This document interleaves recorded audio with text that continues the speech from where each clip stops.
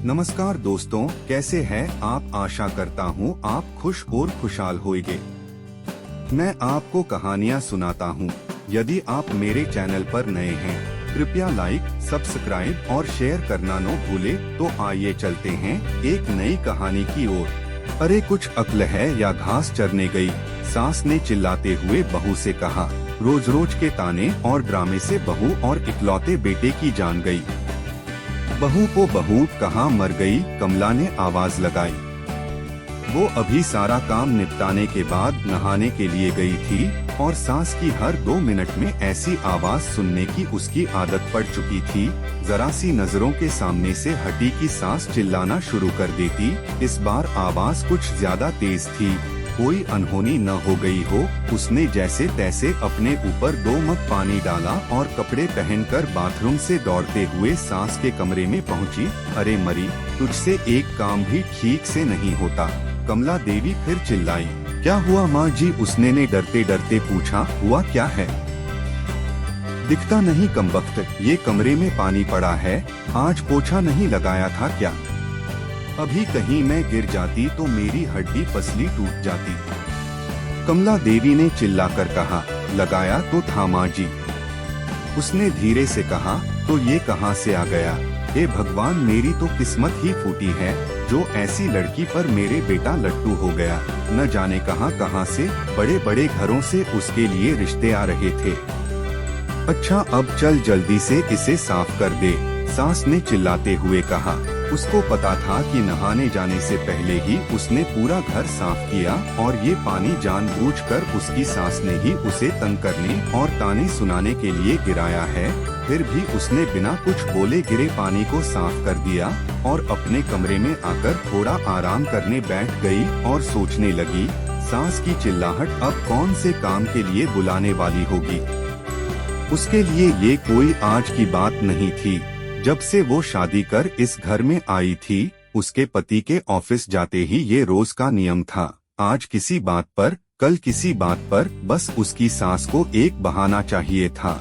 अगर नहीं मिलता था तो बहाने बनाने की कला में वो माहिर थी। इस रोज रोज की किचकिच से अक्सर वो तंग आ जाती थी, पर कुछ पति के प्यार, कुछ सास की उम्र और कुछ घर की नई बहू होने की वजह से सब बर्दाश्त कर रही थी। उसे खुद ही समझ नहीं आ रहा था कि उसके खुद के वजूद में इतना परिवर्तन कब और कैसे आया। उसको यह भी याद नहीं कि कब उसके अपने घर में उसकी माँ या पिता ने कभी उससे ऐसे सुर में बात की। अपने कॉलेज और स्कूल के समय तो वो बिंदास लड़कियों में से एक थी। पूरे स्कूल या कॉलेज में कहीं भी किसी के साथ कोई गलत बात होती थी तो वो लड़ने के लिए सबसे आगे खड़ी मिलती थी। किसी के भी हक के लिए वो पूरे सिस्टम से लड़ जाती थी। पर आज अपने ही खिलाफ हो रहे अन्याय को चुपचाप सह रही थी। सोचती थी, क्या यही शादी के मायने होते हैं, जब एक लड़की को अपने स्वाभिमान और सम्मान को एक नए परिवार की सूली पर चढ़ा देना पड़ता है। शाम को पति के आने पर बहुत सारी बातें कहने का मन होता था। 1-2 बार कहीं भी थी, पर एक तो थके होने से वो इस पर ज्यादा ध्यान नहीं देते थे और फिर अपनी माँ के खिलाफ वो एक भी शब्द नहीं सुन सकते। उनकी माँ भी अपने बेटे के सामने उससे बड़े दिखावे के साथ बात करती थी, पर जैसे ही बेटा घर से बाहर निकलता था उनके तेवर बदल जाते थे, जो उसे समझ में ही नहीं आता था कि एक इंसान पल भर में 2 तरह के व्यवहार कैसे कर सकता है। कमला देवी को सबसे ज्यादा तकलीफ तो उसकी शादी में मिले दहेज से थी, जबकि उसके माता पिता ने अपनी हैसियत से बढ़कर उसकी शादी में खर्चा किया।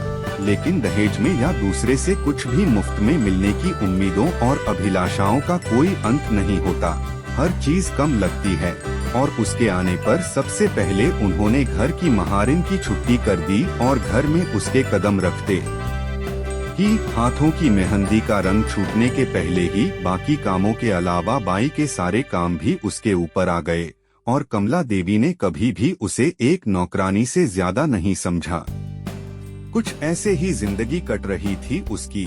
रोज कोई नया बखेड़ा होता था और वो रोज शांति पूर्वक उन्हें संभालने की कोशिश करते हुए सोचती थी कि जल्दी ही उसे अपने पति और सास के साथ बैठकर शांति से इसका हल निकालना पड़ेगा। पर बस रोज की ऐसी दिनचर्या में सबके साथ बैठकर बात करने का समय नहीं मिल पा रहा था। एक दिन वो रोज की तरह सुबह झाड़ू लगा रही थी जब कमला देवी अपने बिस्तर के किनारे बैठी स्वेटर बुन रही थी। अचानक जैसे ही वह झाड़ू लगाते लगाते उसके पास पहुंची, उसने बिना कुछ देखे बहू को जोर से लात मारी और चिल्लाई, अरे कुछ अक्ल भी है या घास चरने गई है? जब मैं कुछ कर रही होती हूँ तभी तुझे काम सूझता है। अभी ही मेरे कमरे में झाड़ू लगनी थी तुझे। क्या तुझे नहीं पता कि मुझे धूल से कितनी एलर्जी है? ये आज का नया बहाना था उसे तंग करने का, क्योंकि घर में रोज ही ऐसे ही काम होते थे और पहले कभी भी ऐसी कोई बात नहीं हुई थी। फिर वो भी अपनी सास के व्यवहार को जानते हुए बहुत संभल के काम करती। वो उनके द्वारा दिखाई जगह पर सफाई के लिए जैसे ही थोड़ा झुकी, ना जाने किस झोंक में कमला देवी ने जोर से पैर चलाया और वह बहू के कंधे पर जा लगा। जब तक वो खुद को संभालती उसका सिर सामने की दीवार से टकराया और गिर पड़ी। कमला देवी चिल्ला उठी, क्या हुआ कलमुंगी, मर गई क्या? उठ क्यों नहीं रही? बचा हुआ काम कौन करेगा? चल उठ। वो उनकी कुछ बातें सुन तो रही थी पर समझ में कुछ नहीं आ रहा था और बड़ी हिम्मत करके जैसे तैसे वो उठने की कोशिश कर ही रही थी कि कमला देवी ने फिर ठोकर मार दी और सिर दोबारा दीवार से टकरा गया। इस बार बहू बेहोश हो गई थी। सास बड़बड़ाते हुए उसे कोसती रही। जब नहीं उठी तो कमला देवी के हाथ पांव फूलने लगे और तुरंत अपने बेटे को घर आने के लिए फोन किया।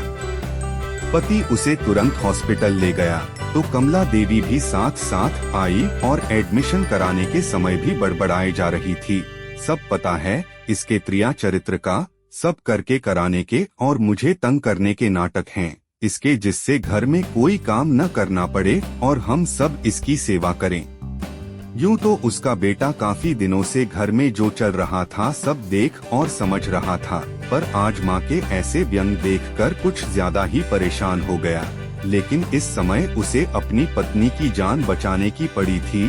डॉक्टर की तमाम कोशिशों के बावजूद सिर के अंदर कोई नस फट जाने से पहले तो वो कुछ दिन कोमा में रही और अगले एक ही सप्ताह में उसने दुनिया छोड़ दी।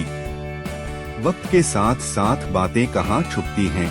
धीरे धीरे पड़ोसियों की जुबान पर उसके प्रति कमला देवी के बुरे बर्ताव की बातें सामने आने लगी, जिसमें कमला देवी के बेटे का भी नाम आ ही जाता था। और जब उसको लेकर बातें कुछ ज्यादा बढ़ने लगी तो उनसे तंग आकर एक दिन कमला देवी के इकलौते बेटे ने पंखे से लटककर सुसाइड कर ली। अब पूरे घर में दिन भर सन्नाटा रहता था। कमला देवी कुछ दिनों तक लोगों को दिखाई पड़ती रही और अक्सर घर के अंदर से उनकी आवाजें सुनाई पड़ती थी, अरे कलमुंगी कहाँ मर गई, मेरे बेटे को भी साथ ले गई, चल जल्दी आजा बहू, घर बहुत गंदा पड़ा है, चल थोड़ा झाड़ू पोछा कर दे। फिर उसी लय में रोते रोते उनकी आवाज सुनाई पड़ती थी, बहुत अच्छी बहू थी, कभी शिकायत नहीं करी उसने, अभी हॉस्पिटल में है, इलाज चल रहा, मेरी वजह से उसका सिर फट गया था न, मेरे बेटा भी उसी के पास है, लेकिन अब तो वो ठीक हो गई होगी, अरे कोई तो उन दोनों को वापस ले आए, अब की उसे कुछ नहीं कहूँगी। कुछ दिनों के बाद पता लगा कि उनके किसी दूर के रिश्तेदार ने उस मकान को आने पौने दामों में किसी को बेच दिया था, क्योंकि कमला देवी के पागलखाने में भर्ती होने के बाद उस मकान को देखने वाला कोई नहीं बचा था। मिलता हूँ दोस्तों अपनी अगली कहानी के साथ, तब तक आप सबको के यानी कहानी किंग का प्यार भरा नमस्कार। कृपया लाइक, शेयर और सब्सक्राइब जरूर करें।